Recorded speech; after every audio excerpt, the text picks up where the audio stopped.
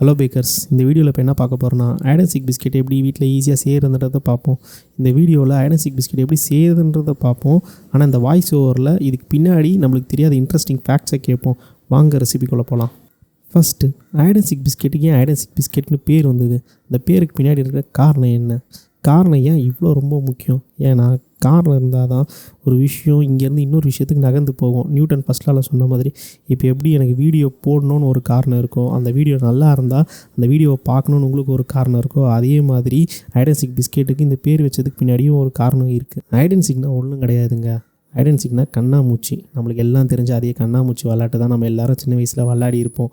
ஏன் இதுக்கு அந்த பேரை வச்சாங்க பர்டிகுலரான்னு பார்த்தோன்னா, ஹைட் அண்ட் சீக் பிஸ்கெட்டுன்றது ஒரு சாக்லேட் பிஸ்கெட்டு. அதை உடச்சி பார்த்தோன்னா சாக்கோ சிப்லாம் உள்ளே மறைஞ்சி இருக்கும். அதனால தான் இதுக்கு ஹைட் அண்ட் சீக் பிஸ்கெட்னே பேர் வச்சாங்க.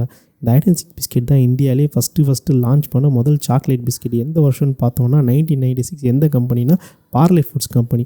என்னது பார்லே ஃபுட்ஸ் கம்பெனி? கேள்விப்படாத பேராக இருக்கே. நீ இப்போ பாருங்கள், பார்லே இந்த பேராச்சும் நம்ம கேள்விப்பட்டிருப்போமா? இந்த பிஸ்கெட் பேர்லாம் சொல்கிறேன், அப்பயாச்சும் ஞாபகம் வருதான்னு பாருங்கள்.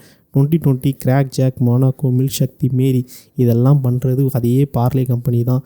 டெய்லி இந்த பிஸ்கெட்டை நம்ம சாப்பிட்ருப்போம், இந்த பிஸ்கெட்டை பார்த்துருப்போம். எல்லாம் பண்ணுறது எல்லாம் அதே பார்லே கம்பெனி தான். இந்த விஷயத்தெல்லாம் கேட்ட பிறகு நம்மளுக்கு ஒரு டவுட் வரும்.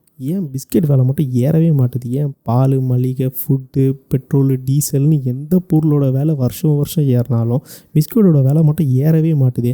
இந்த ஏற்றாமலே வச்சிட்டு இருக்கிறதுனால இந்த கம்பெனிக்காரனுக்கெல்லாம் லாபத்தில் இந்த கம்பெனி போதா இல்லை நஷ்டத்தில் போதா நம்மளுக்கு ஒரு டவுட் வந்துக்கிட்டே இருக்கணும். எந்த கம்பெனியும் நஷ்டத்தில் ஓடுறதுக்காக எப்படியும் ரன் பண்ண போகிறதே கிடையாது. லாபத்தில் போகிறதுக்காக தான் ரன் பண்ண போகிறான். இந்த பிஸ்கெட் விலை ஏற்றினா எங்கே இந்த கம்பெனிக்கு நஷ்டம் வந்துட போகுதுன்னுக்காக தான் இந்த பிஸ்கெட் விலை ஏற்றாமல் ஒரே ரேஞ்சிலே வச்சுக்கிட்டு இருக்காங்க.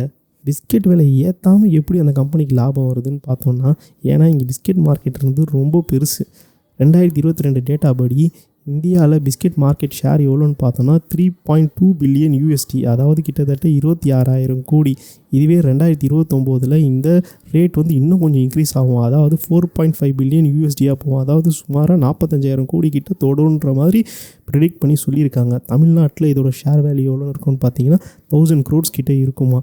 பிஸ்கெட் மார்க்கெட் தான் இந்தியாவிலே one of the fastest growing FMCG sector. ஏன்னா வருஷம் கிட்டத்தட்ட 9% ரேஞ்சுக்கு க்ரோ ஆகிட்டு இருக்குன்றது ஒரு டேட்டா ஒன்று சொல்லுது. ஏன் பிஸ்கெட்டோட க்ரோத் மட்டும் ஏன் இவ்வளோ இன்க்ரீஸ் ஆகிட்டே போகுது? ஏன்னா இங்கே ரிஷப் பண்ணலேருந்து ரிச்சாக ஓட்டுறவங்க வரைக்கும் எல்லாருக்கும் இங்கே பிஸ்கெட் பிடிக்கும். நம்மளுக்கு எது ஞாபகம் வருதோ இல்லையோ, ஒரு கப்பு டீ பார்த்தோன்னா ஃபஸ்ட்டு ஞாபகம் வருது பாருங்கள், பிஸ்கெட்டு. அதுதான் இதோட க்ரோத் ரேட்டுக்கு ஒரு இம்பார்ட்டண்டான ஃபேக்டர். என்ன தான் பிஸ்கெட் ஒரு ஸ்நாக் ஐட்டமாக இருந்தாலும் ஸ்நாக்ஸை தாண்டி அது ஒரு எமோஷ்னல் பாண்டிங்கை நம்மளுக்கு க்ரியேட் பண்ணி கொடுத்துருது. அதனால தான் இங்கே பிஸ்கெட்டோட மார்க்கெட் வேல்யூன்றது ரொம்ப ஜாஸ்தி. இன்னும் கொஞ்சம் ஈஸியாக புரிஞ்சுக்கணுன்னா, இங்கே பிஸ்கெட் மார்க்கெட்டை நம்ம 2 செக்டாராக டிவைட் பண்ணிக்கலாம். ஒன்று ஆர்கனைஸ் செக்டார், இன்னொன்று அன்ஆர்கனைஸ் செக்டார். ஆர்கனைஸ் செக்டார்னால் நம்மளோட அந்த பிஸ்கெட்டோட பிராண்ட் நேமு, அந்த கம்பெனியை கேள்விப்பட்டிருப்போம். இதெல்லாம் வந்து ஆர்கனைஸ் செக்டாரில் வரும். அன்ஆர்கனைஸ் செக்டார்னால் அந்த பிஸ்கெட்டோட நேமும் தெரியாது, அந்த கம்பெனி பேரும் நம்மளுக்கு தெரியாது. இதெல்லாம் அன்ஆர்கனைஸ் செக்டாருக்குள்ளே வரும். எக்ஸாம்பிள் பார்த்தோம்னா, ஆர்கனைஸ் செக்டாரில் Parle, Britannia, ITC, Sunfeast, Unibic, இதெல்லாம் வந்து ஒரு ஆர்கனைஸ் செக்டார்னு சொல்லலாம். இந்த ஆர்கனைஸ் செக்டாரில் ஆல்மோஸ்ட் வந்து பார்த்திங்கன்னா பார்லே கம்பெனி 40% ஷேரை ஹோல்ட் பண்ணியிருக்கு. அடுத்தது படி பார்த்திங்கன்னா பிரிட்டானியா 38% ஷேரை ஹோல்ட் பண்ணி வச்சிட்ருக்காங்க. இவ்வளோ க்ரோத்தில் போயிட்டுருக்கு. இன்னும் பிஸ்கெட் விலை ஏற்றினா இன்னும் க்ரோத்தாக தானே இருக்கும் அவங்களுக்கு. கம்பெனியும் இன்னும் நம்மளுக்கு ப்ராஃபிட்டில் தானே போவோம். ஏன் ஏற்றாமல் வச்சுக்கிட்டு இருக்காங்க? பிஸ்கெட் விலையை மட்டும்தான் அவங்க ஏற்றாமல் வச்சுக்கிட்டு இருக்காங்க. ஆனால் நம்மளுக்கே தெரியாமல் அதோட வெயிட்டை கொஞ்சம் கொஞ்சமாக கம்மி பண்ணிக்கிட்டே தான் இருக்காங்க. இப்போது நீங்கள் நார்மலாக இப்போ ஒரு 10 ரூபா ஹைட் அண்ட் சீக் பிஸ்கெட் நம்ம வாங்கினோன்னா அதோட வெயிட் இப்போதைக்கு வந்து 33 கிராம்ஸ் இருக்குது. 5 வருஷத்துக்கு முன்னாடி பார்த்திங்கன்னா இந்த வெயிட் அது இருக்காது. இன்னும் 5 வருஷம் கழிச்சு 33 கிராம்ஸ்ன்றது இன்னும் கம்மியாக தான் இருக்க போகுது.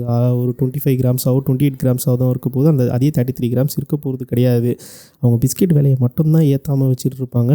ஆனால் நம்மளுக்கே தெரியாமல் அதோட வெயிட்டை கம்மி பண்ணிக்கிட்டே தான் இருப்பாங்க. அச்சோ, பேசிட்டு வீடியோட எண்டுக்கு வந்துட்டோம் பாருங்கள். இந்த மாதிரி நிறைய பேக்கிங், கொஞ்சம் ஃபன், கொஞ்சம் ஃபேக்ட்ஸோட வீடியோ வேணும்னா நம்ம சேனலை லைக் பண்ணுங்கள், கமெண்ட் பண்ணுங்கள், ஷேர் பண்ணுங்கள். முக்கியமாக சப்ஸ்கிரைப் பண்ணிவிட்டு அந்த பெல் ஐக்கானை தட்டி விட்ருங்க. அப்போ தான் நாங்கள் போடுற புது வீடியோவும் உங்களுக்கு நோட்டிஃபிகேஷன்ஸ் காமிச்சிக்கிட்டே இருக்கும். Until then, bye from Baker Store. இது வே டு டேஸ்ட்.